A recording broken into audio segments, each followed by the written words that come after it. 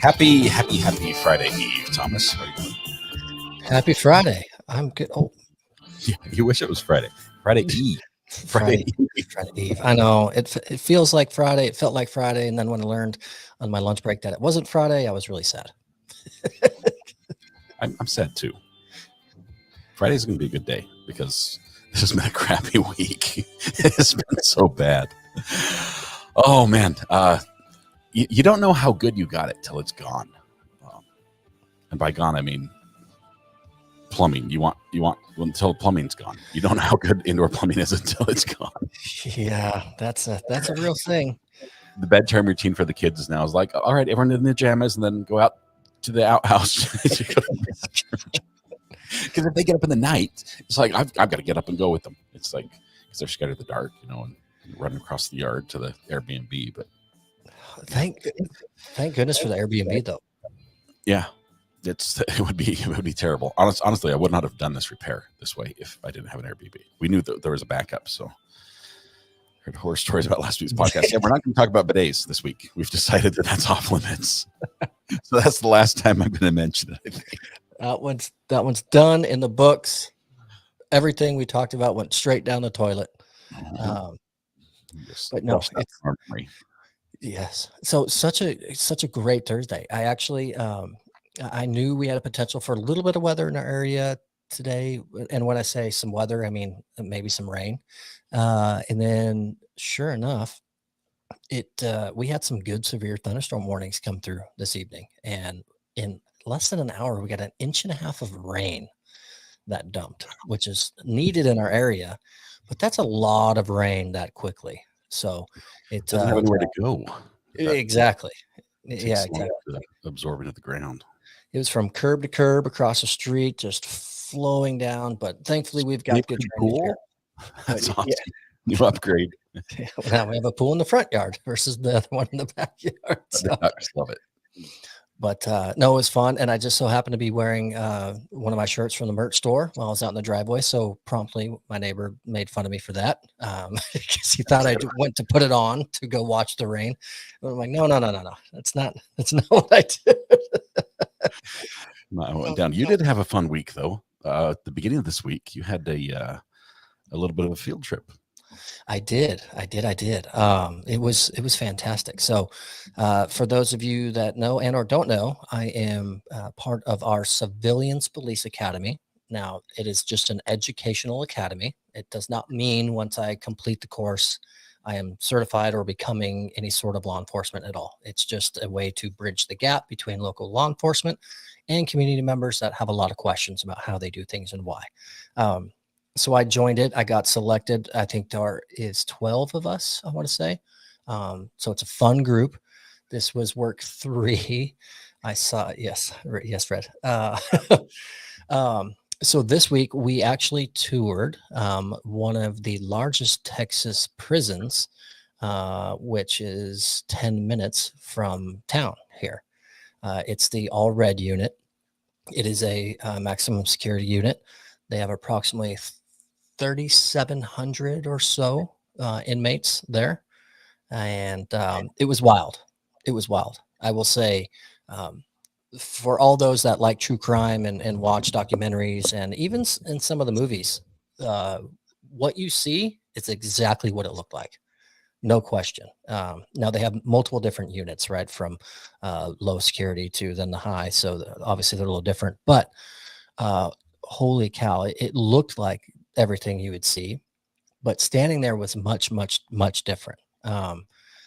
Getting courted from gate to gate to gate to being locked in a little room, to waiting for the next gate to then pass on and move through little thoroughfares and where you're going, following the command of passing through. So on all sidewalks, there are yellow lines, and staff or non-inmates all walk inside those, and all inmates have to walk outside those, whether it's 12-foot wide sidewalk or 6 feet.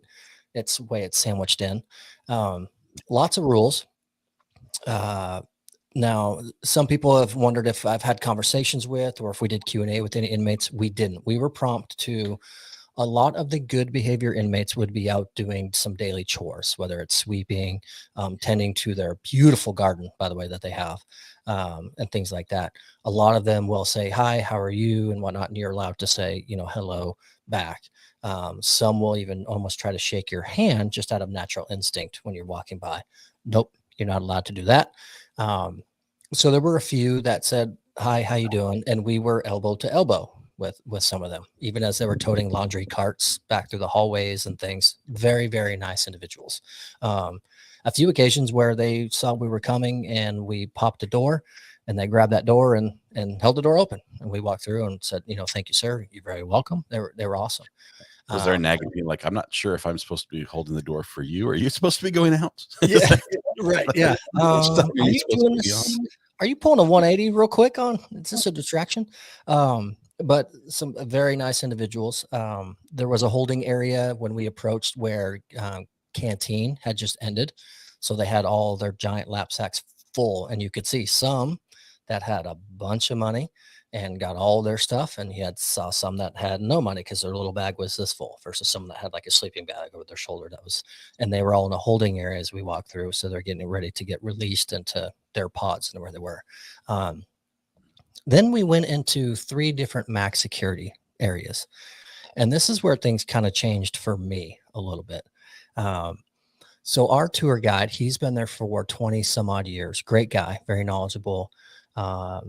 He made mention a million times that these guys, it's an all-male facility, are not here because of me. They are here because of their choices, right? He said, he kept reiterating, and it made me think people must question the way some of these guys live and where they are, and kind of the soft-hearted start to feel kind of sorry looking at some of these conditions. I didn't in that regard, because I know a lot of these individuals, what they've done is atrocious and they should be there.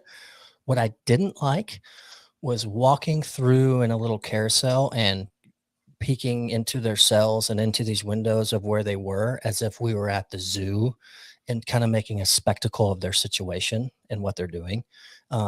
Here's a group of individuals in our civilian clothes, nice and comfortable, brand name stuff, just hanging out.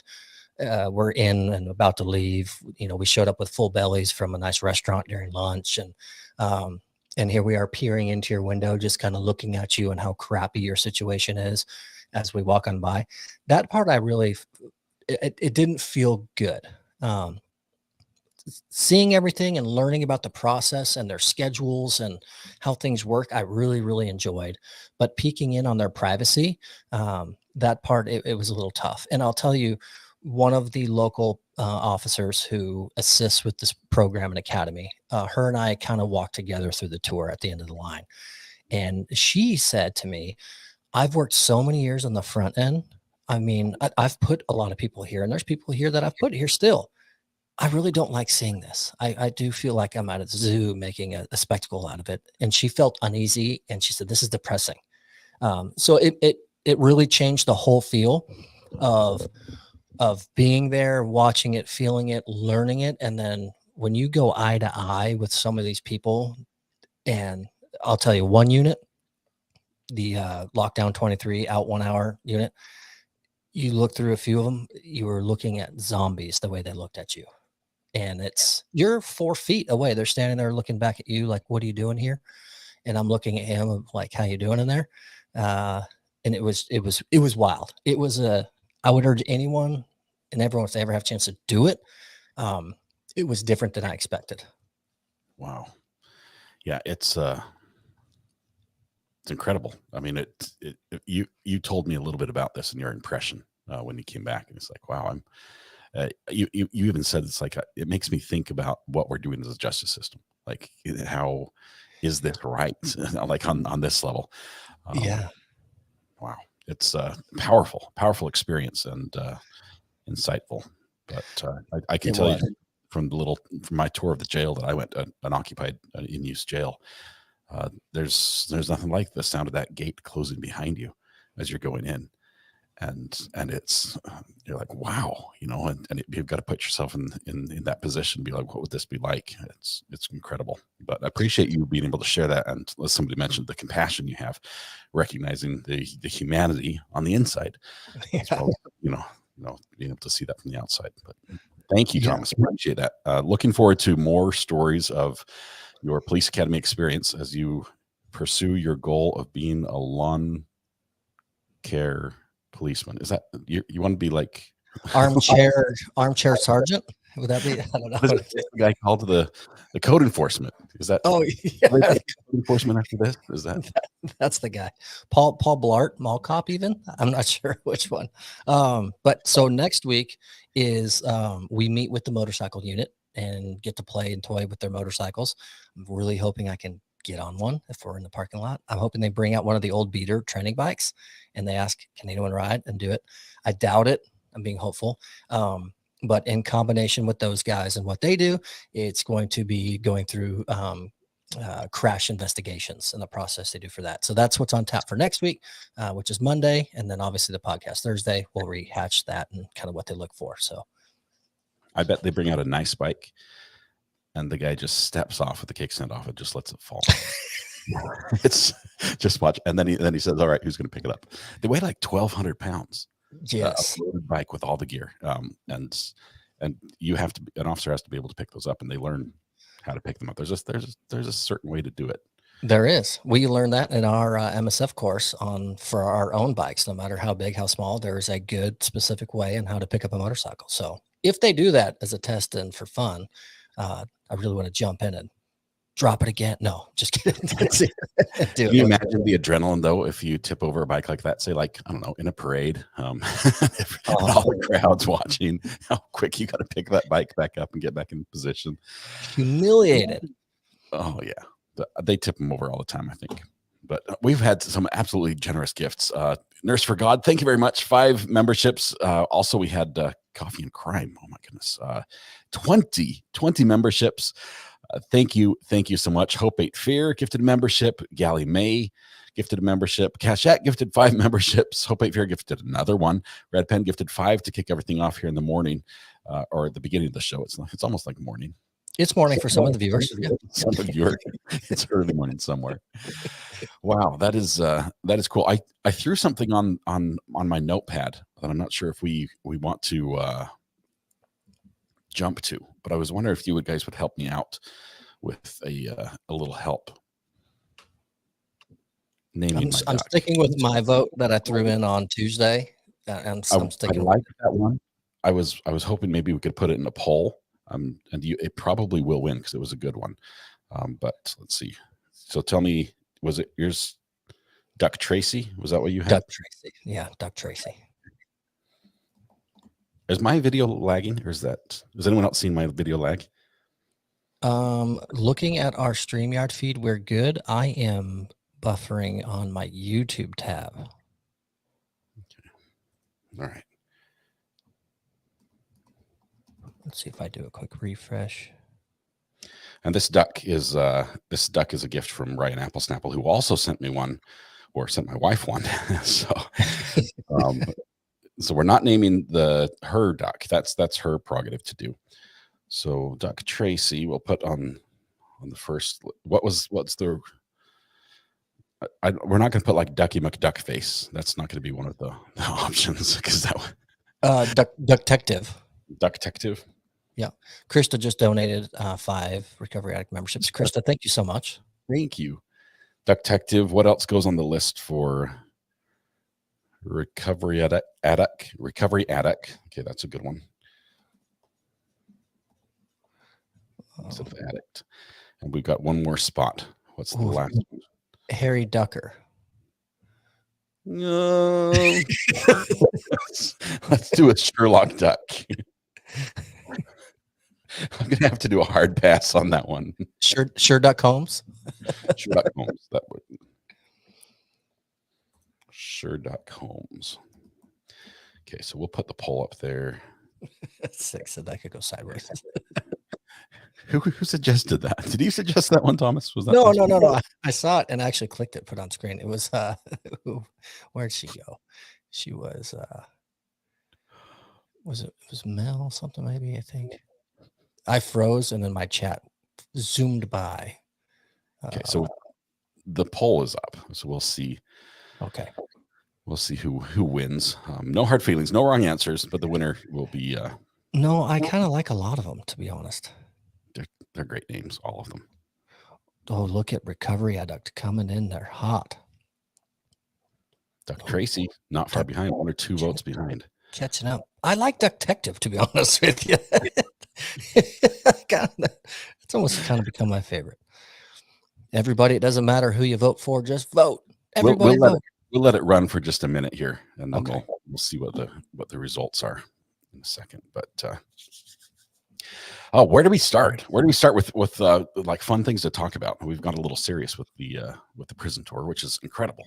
I mean, that experience. If you guys get a chance, honestly, this isn't the sort of thing that will come to you. You might have to go seek it out. You might have to call, make a phone call, ask about it. Sometimes the police or the sheriff's departments don't think there's any interest, and they would do it in a heartbeat if people would say, yeah, I'll go, I'll participate. And usually, oftentimes they're, oh, kiss me, cow. Harry Ducker.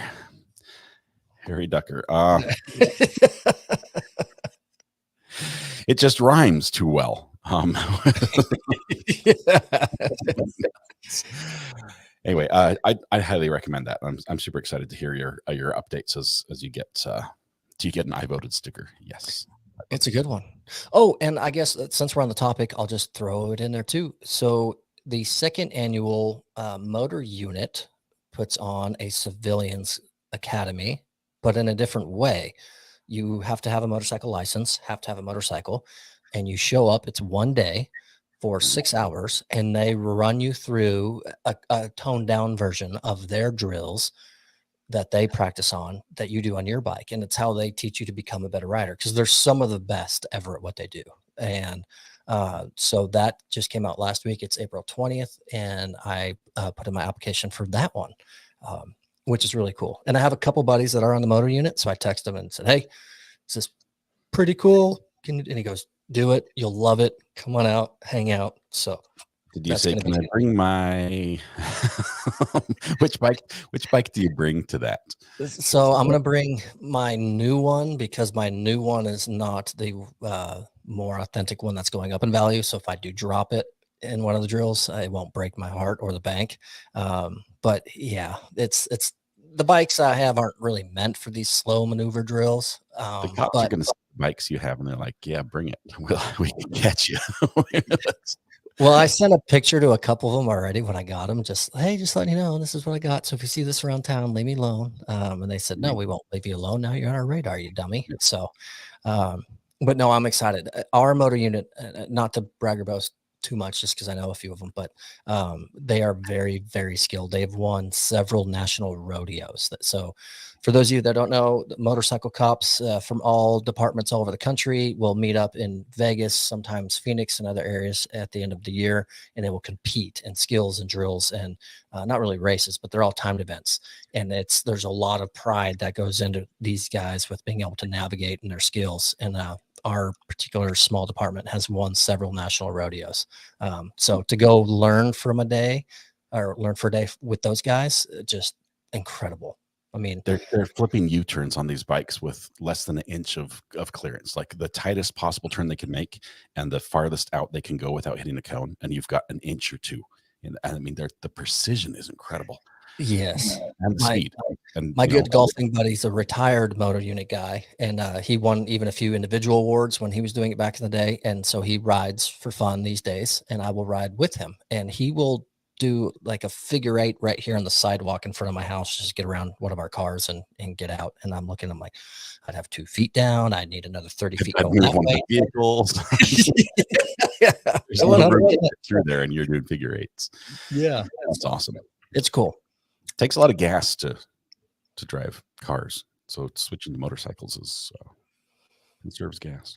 Yes. And my new car's a gas guzzler. I wish I could find free gas, because it's a mess. Free gas. Where would you find free gas if there was such a thing? In Nebraska. Nebraska. free gas in Nebraska. If you have a rewards card, you get free gas. And no, this isn't one of those promos of buy XYZ gallons, save 10 cents a gallon like Murphy USA does. No, it is a gas station in Nebraska. They did a software update, which managed now gift card transactions so they could run rewards programs. What they didn't know is when they did it, there's a glitch that if you swipe your rewards card twice in a row, Two it times. puts a pump into demonstration mode. Well, a lady in Nebraska figured this out somehow. How do you figure that out? But she did. I'm thinking there was an insider. It had to be. Two So- swipes reverses the charges and sends it back to the gas station, and you get Yes. free gas. Absolutely. Demonstration mode. So she What- found out what for does this wonderful lady, this kind citizen who discovered this flaw in the gas station system, do? you just use it. You just swipe for months until you get caught after $28,000 worth of fuel you've taken. After selling the privilege to get free gas. What is the going rate for stolen gas? I mean, this is all on camera. I mean, she's out there swiping. They've got cameras all over the place, and nobody. There's cameras in the pump like an ATM that look at you. I mean, $28,000 in free gas. She just went swipe, would fill up her cars. Like you said, I don't know. Was she filling up tanks and taking her to neighbors? Be like, hey, here's 5 gallons. I'll sell it to you for $5. I mean, I don't. She was like, "You can rent. I will go as a passenger in your vehicle to refill your Hummer, and I will swipe, and you just pay me cash bingo. because I've got this special deal." What sort of story do you tell? There's no way that the person driving the vehicle would be like, "Yeah, this seems legit." There's no way. I want to see. You're receiving stolen property. I want to see what the tally looked like. Well, it's in demonstration mode, as they say. So obviously the gallons are going to tick as to see what you're pouring, but do the dollar signs just go like normal, but they don't get charged anywhere? Or does it just get charged right to the gas? I mean, gosh, she would be a fun interview. She would be a lot of fun to have on the air. But we'll have to break it down to 15-minute segments because I believe she's in jail, and that's the longest the call can be. It's a 15-minute call. Oh man. But yeah, so gas station, nearly 28,000. Prosecutors say the woman exploited the system over a period of several months. Police learned the problem in October when the loss prevention manager at Bosselman Enterprises reported that the company's pump and pantry in Lincoln had been scammed. So I don't know what the going rate of gas is in Nebraska, but we could probably settle right around $3 a gallon. That'd be fair. Would be fair. I don't know. She's probably getting premium. I mean, if it's free gas, go for the good stuff, right? $3 a gallon, 28,000. I mean, at 30, you're looking just shy of $100,000. Well, she stole 28,000 worth, so we're looking at 75 to 90,000 just under 1,000 gallons, 9,333 gallons of gas. Over, it says several months. I say like divide that by I don't know, 24. That's a big tank, right? 24, 26 gallons. That's a very big tank. Yes, I imagine she's selling the services. She's not selling this to like people that have like a hybrid, the little Prius with the backup tank. That's not the people she's. It's definitely the Suburbans. It's the big F-150s. It's so a 24-gallon tank, that'd be 388.8 refills. And I think our truck has 20-gallon tank, I think. So yeah, that's a lot. That's years of filling up 380. What if she's still got like points like on her card like for free drinks and donuts for shopping on her often? She might have been double dipping. Have like thousands of dollars of free donuts inside the gas station. $3 off her next pack of Marlboros. I wonder if she has gas cans stored away somewhere. There's a tank somewhere in her yard that's full. She's like, whatever. When I get out, I'm good for the rest of my life. So don't do that.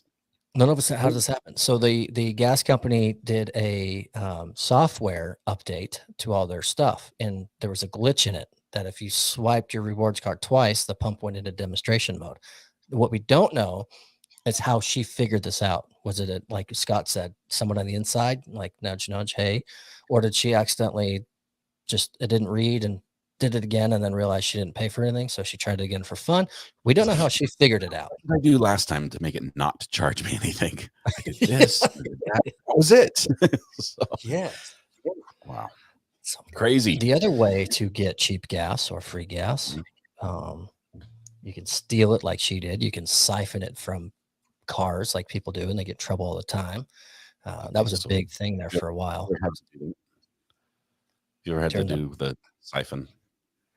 Not from the fuel tank, but from my water rower. That you're supposed to change the water every 3 months, and we missed a year and a half of which, and that was awful. I would rather done fuel. It was ripe. The fuel at least is sanitary, right? There's nothing. Yeah, there were things growing in the water rower that I'm looking at it because it's sitting over there empty now. It brings back bad memories. So no, with gas? With sand. It's rather permanent if you do that, but that's no. I wouldn't be able to move the fan blades in the rower to get sand. It gives you strength. It requires I just started a diet. Let's not shoot for the moon here right out the gate. Give me some leeway. But, I was thinking that the water rower, it was like, I'm not sure what it is. I thought it was like something you have to weigh down like a basketball standard, where you're just filling a tank to weigh it down. Is that? No, so it's, the like rowing machines that you exercise on. It has a water tank under the seat, and there's big fan blades in that tank. So the restriction is the water in the fan blades. So you fill it up to a certain amount, and that's what causes and so you're supposed to swap it out every 3 months so it's not nasty. And like I said, a year and a half, we had to get some fish out of there. So Nosy Rosie, it's on Sunday. Thank you very much. It's gonna be fun. Yeah, that is cool. Yeah, don't do sand. I take back my advice. That's a terrible idea. Fun things. We've been following a lot of stories about the lottery recently because they keep happening. I think like the Powerball's up to, it's like close to the like 4 digits again. That it hits that $1 billion mark and everyone goes crazy. Yes. We had in town, I was headed down to the post office, and on the front page of like the local paper that they still sell for like $7 in one of those little dispenser things. Like how many dollars is 7? Like 4 quarters times 7 sticking into the machine. No one's going to sit there and buy that. But anyway, the front page, they're like, local man wins. I think it was only $100,000, but it was $100,000 in the lottery only. That's a lot of money. But when you look at it, the big print, it says there's like $950 million is the full price. 100,000 doesn't look very good compared to the two. But yeah, we had a local winner. So did you win from your scratch card? Oh, that's so about that. Still haven't scratched it off. It's still sitting in my little book, which is in my car right now because I had to take it to a work meeting at lunch. And nope, still haven't scratched it. I think about it every day. Every day I go, today's day. Nope, today's not the day. I'm not feeling it today. I'm waiting for the day where somehow my gut just says, scratch that sucker today, and then throw the non-winner in the garbage and move on with your life. No matter what happens, it's not going to change the numbers on the card. I think that's already decided. They don't change until you scratch it. It's not So over breakfast this morning, I was actually sitting right here, opening my email and eating my omelet, thanks to little RA the other day that sparked up wanting an omelet. And I was sitting here going, it doesn't matter if I open it or scratch it now or in 4 days. The numbers are what they are in this card. What are you doing? And then the other little guy on the shoulder went, not today. so I just could have one more day of enjoyment of like, what if? Yeah, so I left it. So you're getting your money's worth out of that one. I am. But lottery, it's crazy. I was looking up lottery stories today because I knew you said you had a local winner, and then I went, well, let's kind of see what's going on. And as you mentioned, the big Mega Millions is going through the roof. We could make a 2-hour show on lottery stories, and I don't just mean winners here and there, just odd winners. So I snagged just a couple. And one, I believe, comes out of Maryland, and he walked in and he said, today he doesn't gamble a ton, but just said, today, clerk, just pick my numbers for me. So she picked five, $50,000 winning ticket because she picked it. There better be a tip in there. I was going to say, so what's the payout after tax? What do you give her? I mean, because there's kind of a rule of thumb. Whenever you get a pretty hefty winning ticket from whatever location, regardless of who picks it, it's kind of an unwritten rule. You're supposed to go kick them a little cash, the clerk that sold it to you. They actually win as well. Like the stores that sell the winning ticket, they also get a portion of there's a cut that goes to them. And that's like through the lottery program. Which that's cool. I guess that's their incentive to carry tickets and sell because they don't make anything off of the tickets they sell. So, but then there's another one it's not far off the same thing in Michigan. And this is all within the last 2 weeks. This guy, he went into this little convenience store almost every day on the way to work and got scratch off. And just, a lot of people do that. That's their thing. He walked in and he announced to, I think his buddy was with him there as well. And just said, there's a new clerk that he hadn't seen before. He goes, we got a new clerk. This is my good luck charm. I'm finally going to get a winning ticket out of this one. He stood right there when she gave it to him. He scratched off $500,000 ticket. Oh. Yes. I mean, just, it's insane. There's another one who he bought a lottery ticket last year. He won $50,000, and then almost within the anniversary to the same week, he won $100,000 as well. I mean, there are these coincidences popping off with lottery stuff all over. It's crazy. I don't play. And they say if you don't play, you can't win. So I don't think I'll ever be a winner because, I don't put myself in the possible winners category. But I buy them. I just don't play. See, its own unique category that very few people are in. I think most people are like firmly in one side or the other. You found a middle road. That's quite interesting. Which reminds me, real quick before we transition, another one is a lady just 2 weeks ago was just doing a little spring cleaning, and she went into her nightstand, pulled out a little drawer, and there's an 5-month-old lottery ticket. And she went, yeah, I forgot that I had this lottery ticket here, and went and scanned it. $3 million winner had been sitting in her nightstand for 5 months. Had no idea. Just, she probably nearly threw it away like half a dozen times. Yes. I'll do that with my scratch off. I bet I'll end up just trashing it on accident. Never scratch off. Some bum's going to be like, hey, there's a scratcher in the garbage right here. And he'll be the next story you hear about. Texas homeless man wins millions out of garbage can. Thomas. You'll be like, but wait.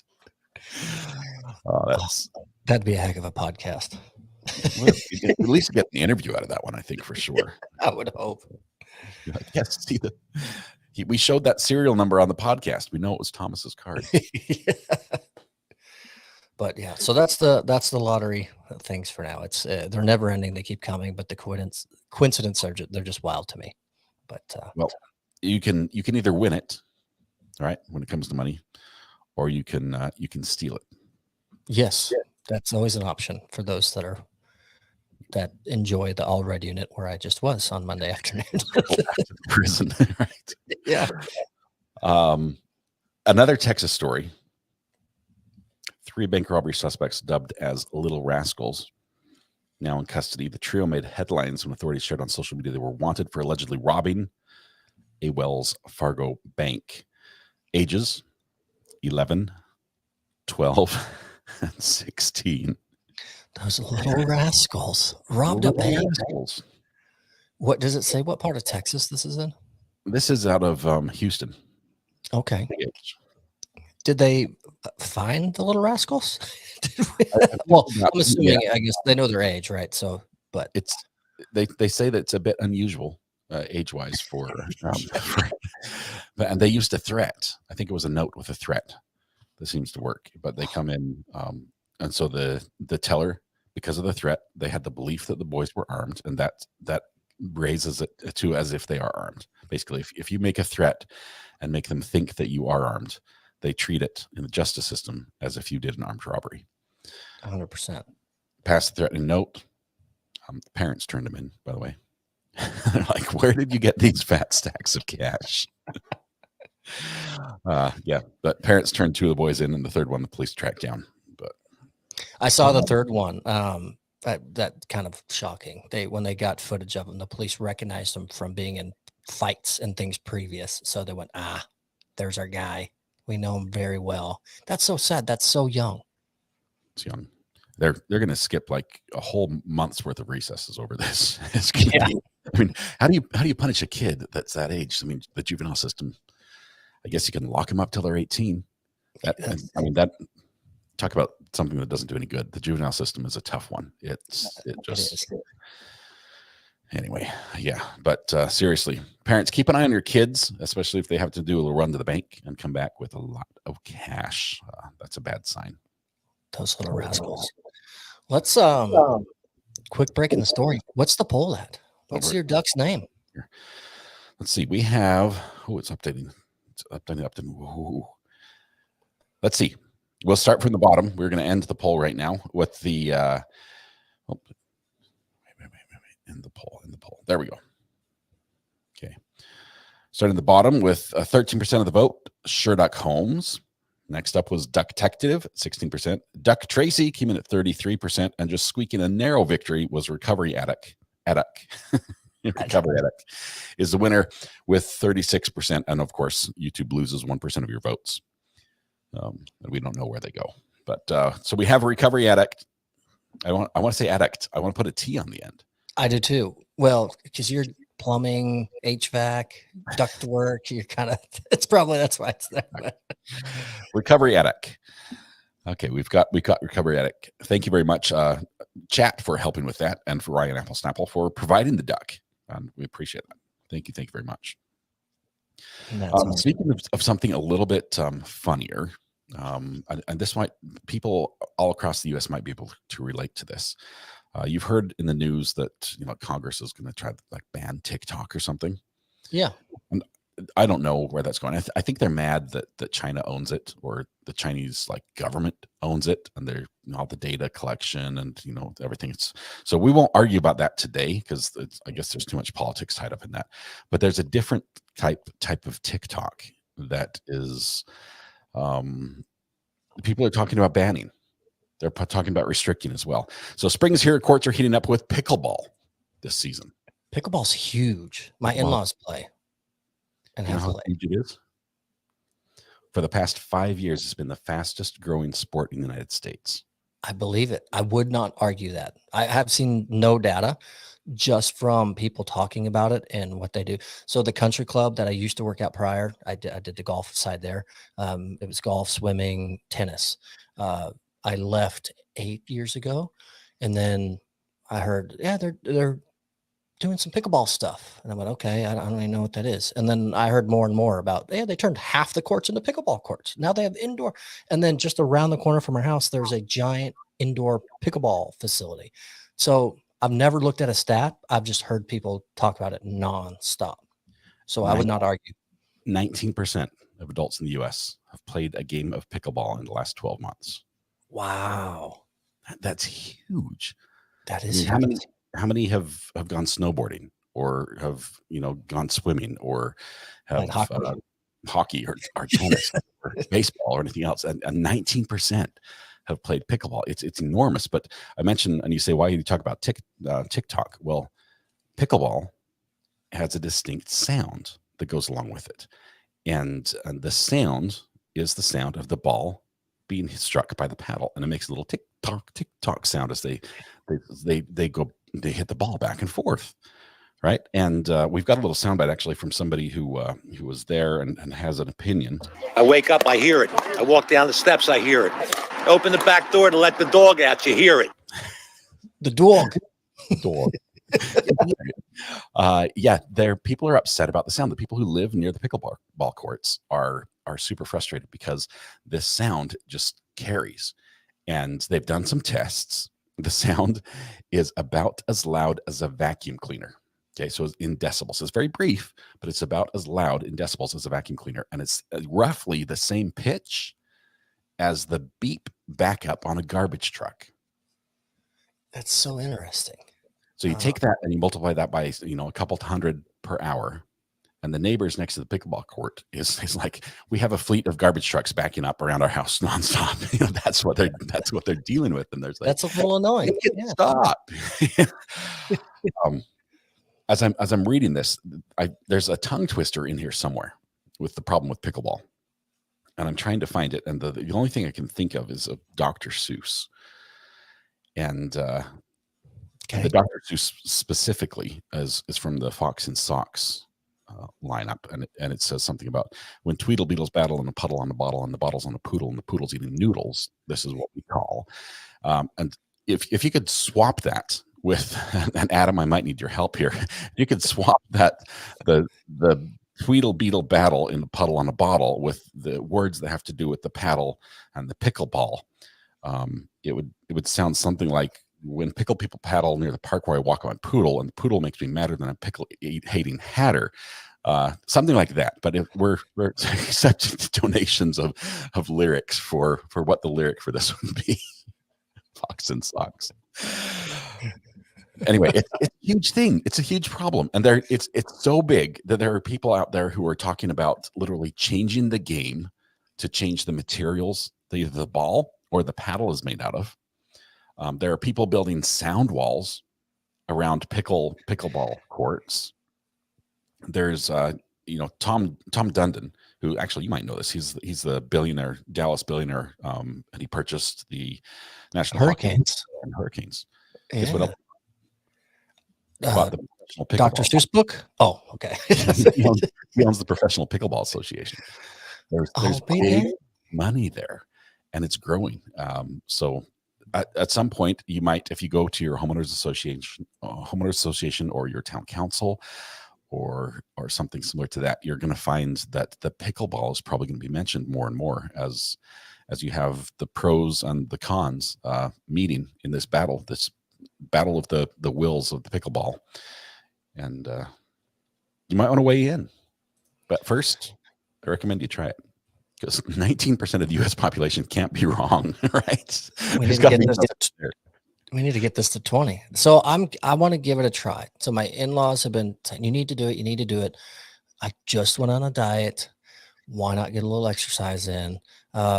When I was visiting my brother a few years back, he's got a pickleball court near his house. We were going to go get some stuff and try it. We never did. So it's always kind of been a lingering, hey, give it a shot. Why not see how it goes? I just don't want to like it, because everyone I know that tried it and liked it, it's their thing. I'm not throwing any shade out there. It's like CrossFit. Anyone that went out and did their CrossFit, it became their way of life, their religion, you name it. And they were no longer Mike, my friend. They were CrossFit. I mean, and I get it. And I understand why they do that. Like I said, I'm not throwing shade to it.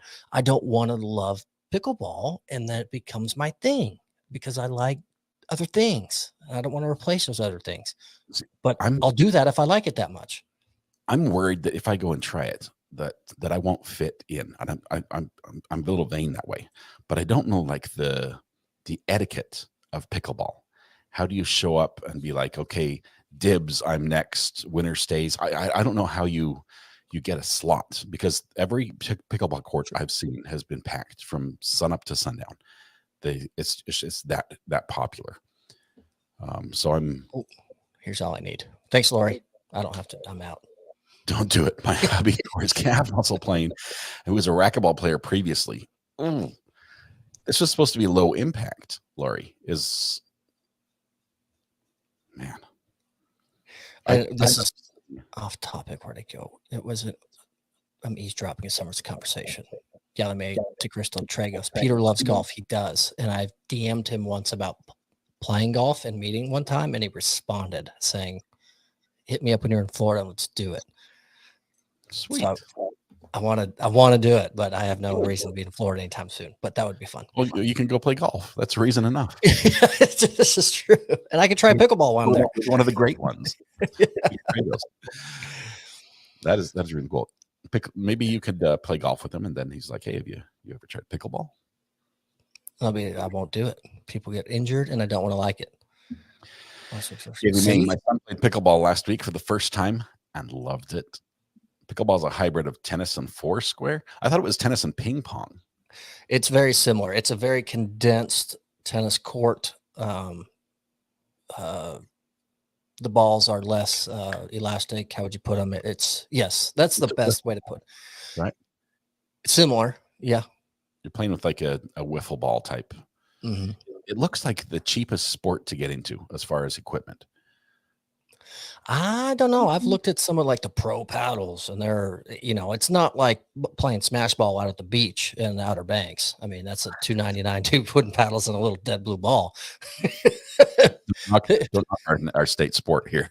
No, I love smash ball. It's that and beer pong between those two. But no, I think you can buy stuff. Well, Mm-hmm. here we have the internet at our fingertips. Let's I wake up, I hear it. I walk down the steps, I hear it. Open the back door to let the dog out, you hear it. the dog. It's those pro paddles that are annoying people, I guess. So just a quick search from shopping. I've got one for $29. No, it's a kit. This is the balls and 2 paddles for $29. I've got a bottle green solid paddle for $115, just the paddle only. You couldn't sharpen your skates for $29. Okay, so I mean, as far as hockey goes, hockey is ridiculously expensive.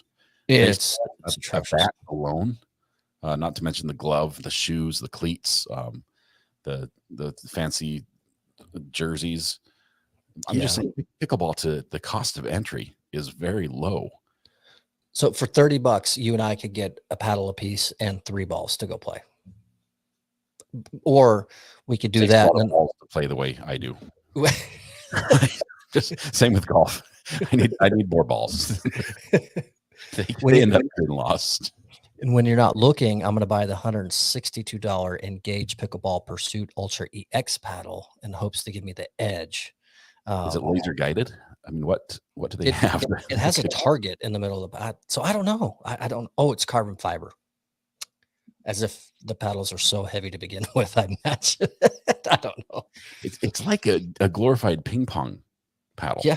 It's just like a square instead of a circle. So you cross a ping pong paddle with a racket, and then instead of mesh, you have a solid, like a wood or a fiberglass or plastic. I don't know. Yeah. Well, we could do this real quick. We've got technology. What did I have another picture? Oh, I see. Oh, that was the rain and everything else. I've got too many screenshots going on that I thought I might show tonight. Now I'm showing a pickleball paddle.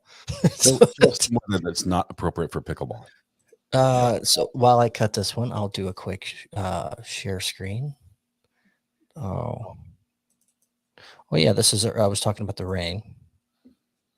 Oh, I guess pickleball. It's not like the paddles are going to get broken. I mean, they're pretty much plastic, right? Water, I mean, they'd probably still be okay. It depends on your temper. Do people throw pickleball tantrums? They have to. So this is today. While I cut and splice this quick photo. So this is a picture my wife took while she had to head out to the ranch today. So here it's about 30 minutes from her house. So it was pouring rain here in town. And she's on the outskirts of town looking back towards town. So where you can see where all the rain really is. But real pretty picture. Vibrant colors. I'm not even going to give her a hard time about getting the landscape horizon off just by a couple degrees. Yeah. Sorry, Amanda. I think good thing is she's home, but not listening. So, but I'm gonna tell you said that as soon as we're done with the show. Okay. So, we'll go ahead and we'll kick that one backstage, and we will present it. And oops, almost kicked myself right out of the show. Don't do that. I don't have anything else on my own. We'll go more relevant here. Oh. There's a lot of room for pickleball courts at the ranch. I mean, look at the business opportunity. No. I'm just saying. I'm putting it out there. The people want to play, and there's nobody around to complain about the noise. Here we go. All right. $30. Pick up- We can get pick up started. one. A dike tone, sorry. Pickleball paddles, set of 2, fiberglass. And this is on Amazon. Can you think of a cheaper sport? Foursquare. Okay. Just buy the ball and pick a One. sidewalk. That's pretty cheap. That's about it. But, Another sport that people play. It's cheaper than this. oh, Is elementary school, right? Are there competitive Foursquare teams? I bet there is. I'm sure I'm going to get an email like, I have been playing for 30 years. Hey, These trophies. you with the mods the other day watched the national tag competition, so you know there's Foursquare championships out there. Yeah, see, cast coordinator nailed it. Tag. We watched it the other day. Peter plays pickleball. I mean, basketball is pretty cheap because you have public courts all over the place. You just got there. It is, yeah. Tiddlywinks. Oh, but you step on one and it's game over. It's expensive hospital bill. That's Jacks. Ooh, Tiddlywinks that is a is- little plastic. You choke on. They're the choking hazards. The Tiddlywinks are the choking hazards. The Jacks are they're like Legos times 10 when you step on them. That's right. Jacks. Oh, dodgeball. Yeah, that's another cheap one. Soccer. Again, they have public parks where you can play soccer. You just need the ball. Yeah, but your cleats. I'm thinking like to actually play the sport and like play it the way the inventors designed it. Soccer, your shin guards are going to cost you more than this whole get up. Oh, not everyone plays with shin guards and cleats. You just get a ball and tennis shoes and go out there. The way I play, you better bring your shin guards. Kicking the shins. Okay. Man. Hide and seek. There's a cheap one. Professional hide and seek. I can. Sorry. I put it in a conversation. I imagine that this is probably going to be the Olympics soon. Like, honestly. I would Like, not if I probably knew. an exhibition sport first, but that it will end up being in the Olympics, and there's going to be like 60-year-old people, which is great. I love it because the Olympics is normally dominated by people that are like in the prime of their, just out of their teens, their bodies performing at a peak level, and the rest of us are not there, right? But we're arguably people my age can hold their own in pickleball and maybe even compete professionally. I'd love to see, somebody who's retired take home a trophy, a gold medal in the Olympics, in the Summer Olympics, with a little pickleball racket on it. That would be cool. So I watched a video of a completely different sport channel. This is probably a couple weeks ago, and they had a guest on the show, and it was a professional, I don't know his name, pickleball player guy, and he played against the other sport guy plus his dad, whose dad's really athletic in, I think, tennis or something, and the pro pickleball guy by himself waxed the two of them like so easy. He's so good because there's a lot of ways to manipulate the ball, kind of like ping pong. And plus, I don't know. I'm not even going to pretend to know what I'm talking about with it. I just know there are some really good players because I watched them. And to your point, if badminton is in the Olympics, pickleball will be. I bet he had a loud paddle. That was the sounds that was throwing him off. He's got one of those laser guided paddles, the $100 paddles, not the $29.99 ones. He irritated the guy with the dog. I wake up, I hear it. I walk down the steps, I hear it. Open the back door to let the dog out, you hear it. I have one story we shared a couple from Texas, and Texas isn't all bad. So we wanted to share one from North Carolina, from my home. Not at all. It's not all bad. What's not all bad? That's You guys you're hogging all the lottery winnings for starters. I'm going to call my attorney. Bring your. Hey, Damian Cash. I'm calling my attorney. I'm bringing him on. Welcome, Damian. Damian, can you hear us? Unmute, Damian. He's sleeping. Damian, can you? I hope you didn't pay him up front. He said he was. And it begins. Damian. All right. So let's hear about your lovely state that is so perfect because Texans are so bad. I'm just saying, Texas is hogging all the lottery winnings. All your lottery stores are like, man from Houston wins the lottery, $500,000, and then he demonstrates how to do it again, wins another $500,000. So that's what I was saying by bad. It's like everyone else wishes that you would spread the wealth a little bit instead of hogging it all yourself. It's not like you're Florida, man. Because you can take it over in Texas, but in North Carolina, just a little public service announcement for those that imbibe and then drive. First of all, don't do it. Okay, I don't believe that there's any good situation or good reason for you to drive while drunk. But those that do, I would highly recommend that you don't crash into the back of a patrol officer. Oh no, not ideal. If you're going to hit someone, don't hit that someone. Woman charged with driving while intoxicated after off-duty Wake County deputy vehicle rear-ended on Highway 4. Out of Raleigh, North Carolina.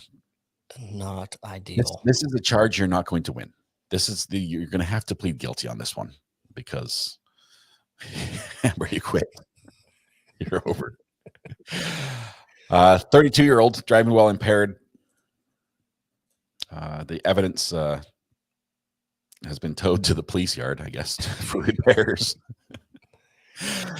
So I don't know. I just don't know what to say. First of all, don't do it. There's Uber in every way. Uber and Lyft is cheaper than any fine, any jail time, any insurance increase, any life. The cost of damage to property or life. That if you choose to celebrate while you're out and about, have someone else bring you home, and have that plan and stick to it. So. Amen. Mrs. Weatherwatch and I have very strict rules with it. If we are going out for just a date night, and we might have an adult beverage or two, the limit is 2, and then there's no driving if it's within that hour and a half.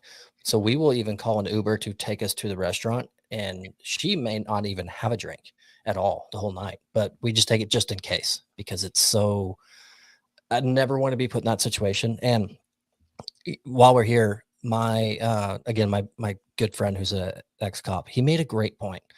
He said, so many times you can be out and having your drinks and driving, and it's not even you. Someone hits you and off you go. We saw it today in one of the cases in Simpsons.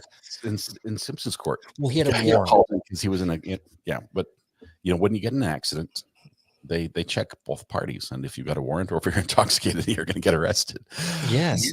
Or in odd areas in certain cities downtown, people are driving around, and you get individuals that just go run out through the street. They're running, and you hit them. It's 100% their fault, and here comes both parties, and bam, you're toast.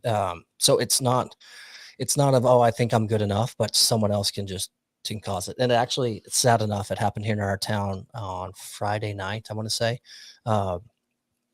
It's kind of under the radar for some people, but the drunk driver came through an intersection, and one guy ran the light, and the drunk driver hit him, and the guy who got hit passed. And when the drunk driver hit him, they found him, went to jail. Well, the guy who deceased right away, which is not being advertised in all the GoFundMe's and everything around town, he was extremely drunk when he ran that red light and got T-boned.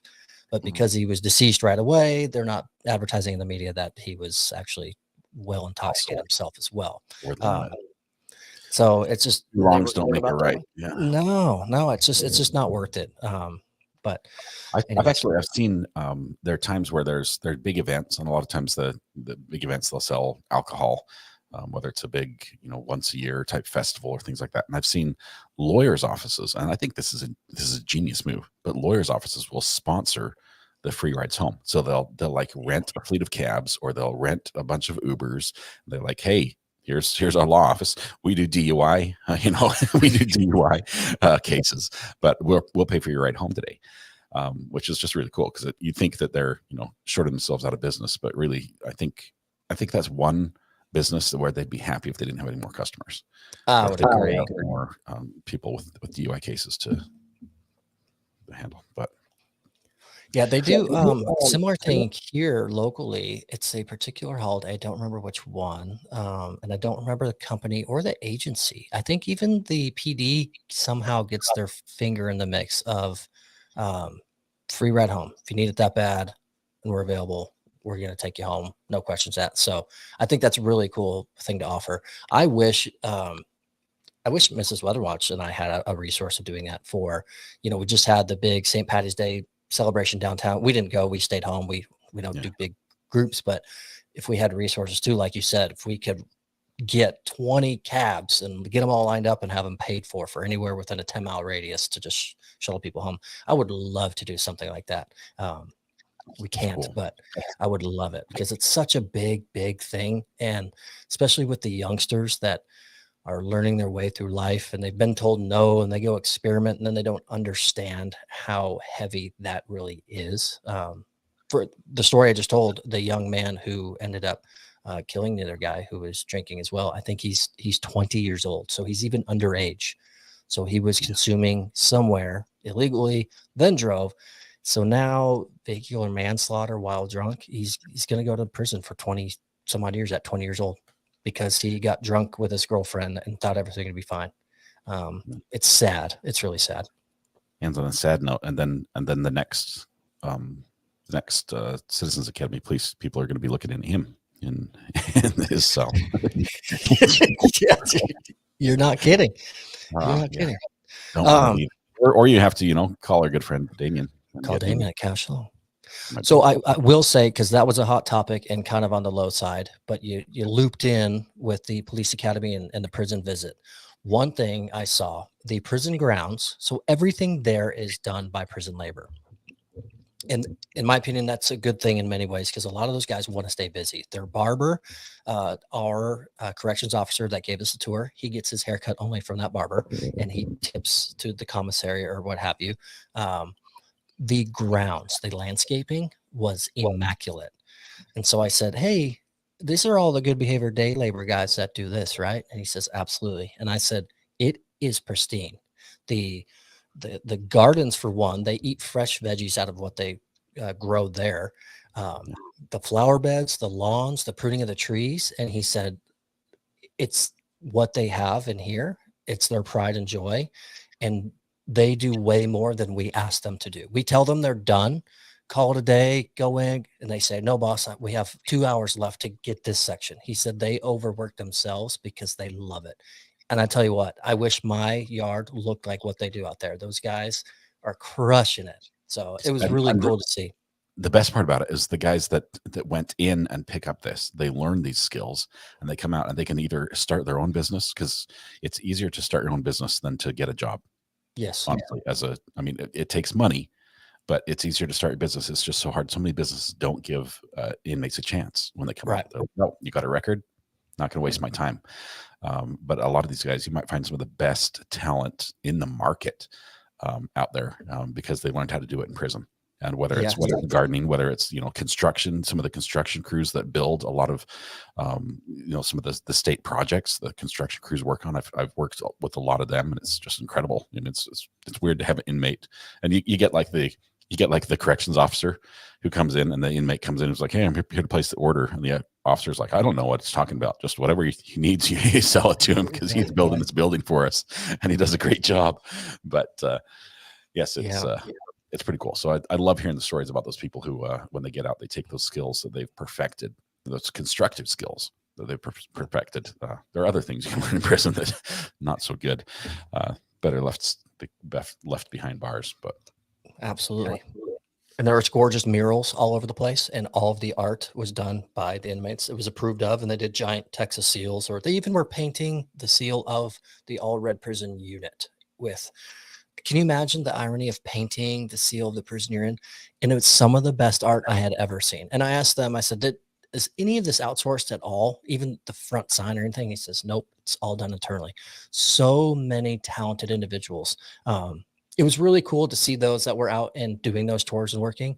They were so prideful in it. They kind of looked and acknowledged, but they went right back to work because that was their baby. And some really talented folks that were doing the right thing and making it happen. So it's cool. That is just awesome. That's really cool. Man, I'm excited. Do you know what's coming up next week? You said you've got motorcycles. Yeah, the motorcycle unit and crash scene investigations, which that's Monday night, which would be the day after your birthday, I believe. Yes, Sunday. Sunday. So I actually have my motorcycle endorsement. Still? I don't have a motorcycle. Yeah, I kept it when I moved here, and I don't want to lose it because the state where I got the license in, I got the license before they put in the restriction that says you have to pass the test on the size of bike you want to ride. So if you pass on a little Trail 90 Honda motorcycle, which is very easy to maneuver and very easy to pass the test in, Yes. that's the biggest bike you can ride on the street. But That's if you big in want the to UK. ride like the 1100 BMW, you've got to pass the test on the 1100. Well, I passed on a KLR 650. And but I passed right before the limit, so now I can ride the 1100s and the 1200s, the big bikes, because I passed the test.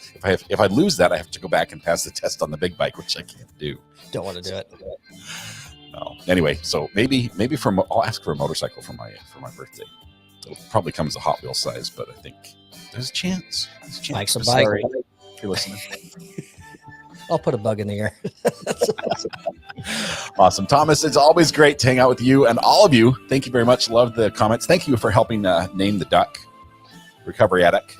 Appreciate that. And I love it. we're excited for tomorrow. I think we might even have a case tomorrow. Like a new case. I love Can't it. say no yet. I still have to do a little more research to see if we can swing it. But What time are you planning to do Jumpstart? what's my plan, or what time is it going to happen? What time are you planning? Because then we can plan based off your plan. So when you say 8:45, we know about roughly 9:15. Let's do 8:45 again. That works. See, not close. Because tonight it's only 9 p.m., which means my son will be home from work in just a few minutes, and we get to start working on plumbing tonight. Put on the flashlight. It's got a little flashlight. Crawl into the crawl space. It doesn't matter. It's dark already. It doesn't matter if it's the middle of the night because you need the flashlight either way. So. And no one has biological clocks or anything, so you're right. Yeah.